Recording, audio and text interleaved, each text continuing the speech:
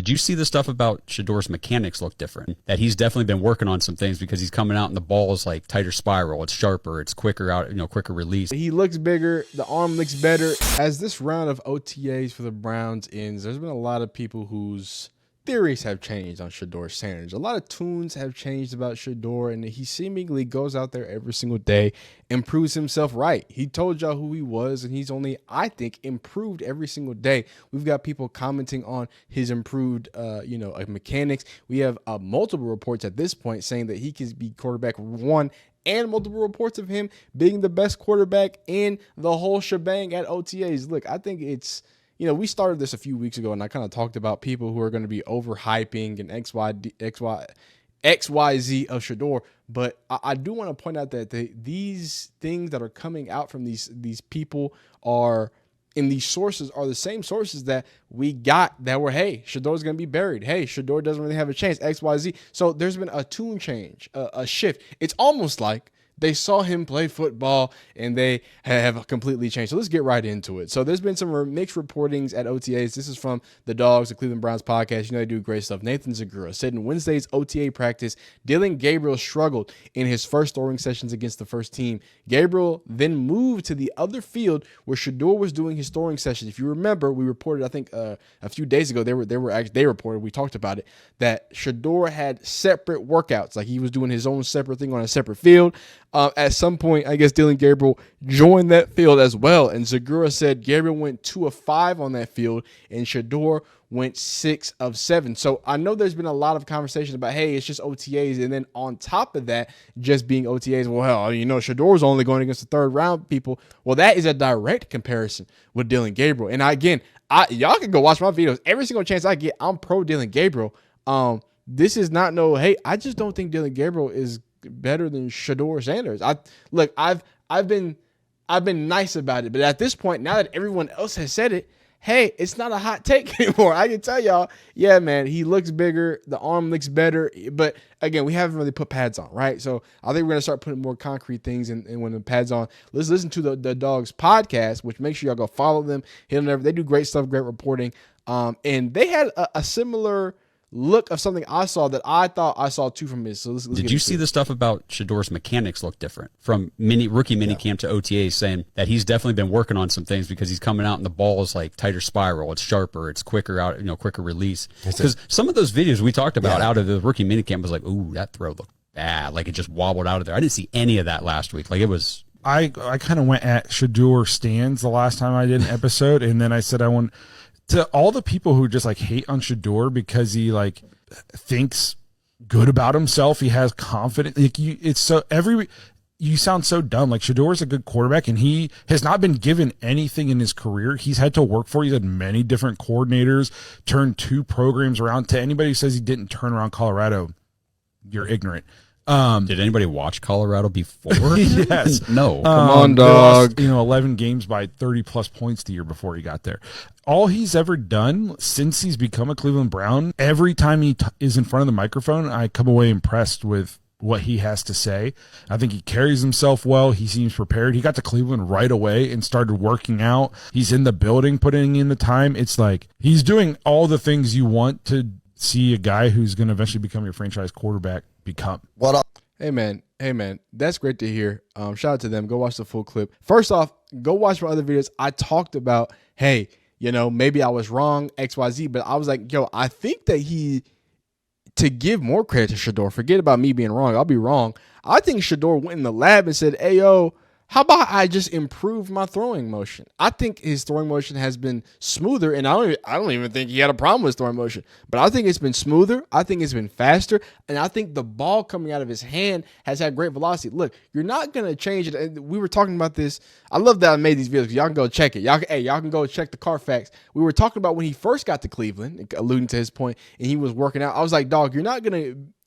No one believes you're going to go from a 4.7 guy to a 4.5 guy. That doesn't happen in a few days before your rookie OTAs. But if you're working, your arm talent the whole time, and you go from I say he's not going to go from throwing 50-yard touchdowns to throwing 70-yard touchdowns. That's not going to happen. But having that intermediate velocity, right? Sure, like tightening up what seems to be his mechanics to the point where he just looks so smooth, so under control. And then I want to talk about what he talked about with Tommy Rees. The offensive coordinator came out. We already reacted to that. Offensive coordinator comes out and says, yo, he's not just – and every single time they talk about quarterbacks, they're like, hey, everybody works good. Look, hey, Shedeur's coming in, but everybody's coming in. Tommy Rees specifically said, look, Shedeur Sanders is doing things off the field that is helping him, and he's preparing to such a high level that when he comes out on the field, he looks a little different. He looks like he understands what's going on. He has the plays and stuff like that. That is a testament to the things that a lot of people who have been called Shedeur stands, who've been called Shedeur Glazers, have been having to go against, because it's like, dog, I will admit if I'm glazing. Hey, if I'm talking about a Texans team or a Texas, I'm glazing. I guarantee you. I'm not glazing with Shedeur. I am more upset that people just making, hey, I actually think that he's pretty good. I think he does a lot of things. I think he makes great decisions. I think he's great with anticipatory throws. That turned into like, oh my God, y'all don't watch football. Y'all are just a bunch of CU aunties. Y'all are XYZ. And first off, shout out to the CU aunties. Keep doing your thing. Shout out to the Shedeur stands. Keep doing your thing. Make sure y'all are even louder and prouder, because I love when y'all make them annoyed, because there shouldn't have to be some resounding group of people to tell y'all that if you watch football and you watch Shedeur Sanders throw the football, you can see he does things well. And now you see him in the Browns, and we talked about him being humbled. We talked about him having a chip on his shoulder, right? We talked about all these things, and you know, this isn't no crazy throw. We already saw the good throws, but we talked about all these different things, and it seems like he took that and is like, hey, I'm just gonna go about my business. I'm just going to show up, and every single chance I get, right, I'm going to look like a quarterback. Again, the comfortability. Forget the arm talent. Forget what he's been able to do. Forget the quick decision-making that he's been able to show, the great connections, the velocity that he's been able to show, all the great things from a football perspective, dog. The thing that I think strikes me so much is the non-football things that jump off the screen. There's non-football things that you can see in the comfortability of him and the comfortability of his teammates, what they're looking for. I mean, look at and I gushed over this throw for a little bit, but like let's be honest here. When you talk about, hey, you know, this is a guy who, you know, people try to say that this is somebody who doesn't, and this looks so bad. Why does it look so bad? Twitter, we got to do better. We either got to do better, or, you know, we got to start downloading all these. But when you talk about a throw in which, hey, make a decision right now. This is a throw where the throw was made right here. He's throwing the ball right now. Can you even see this receiver breaking? No, you can't, because the receiver hasn't got out of his break yet.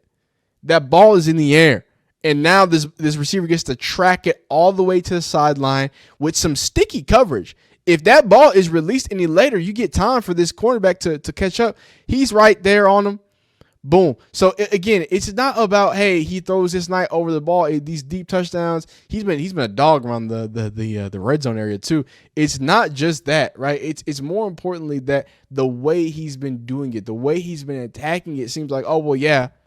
That's what I expect. That is what you should expect. He's been dominating the middle of the field, dominating the back of the end zone, completely fearless with it. And it shows a level of confidence in not just his teammates, but a level of confidence in what he's doing, how he's operating, and how he sees the field. So to close out, let's hear some things from ESPN Cleveland. You got Tony Grossi.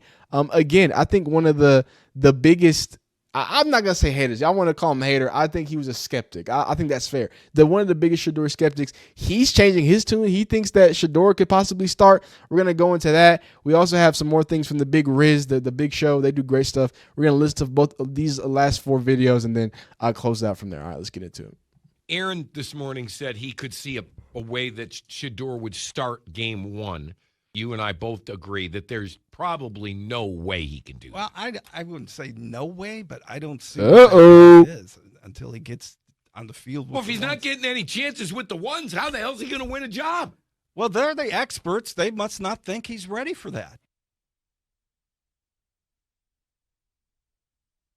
I got a text from an ESPN Cleveland employee not named Tony Grossi, big surprise there, that said, quote, Shedeur looked like the best quarterback in camp. I have come to a realization. Oh, boy. By the time we get to September, I think Tony Grossi's wrong. I think there's a way Shedeur Sanders starts the first game. Wow.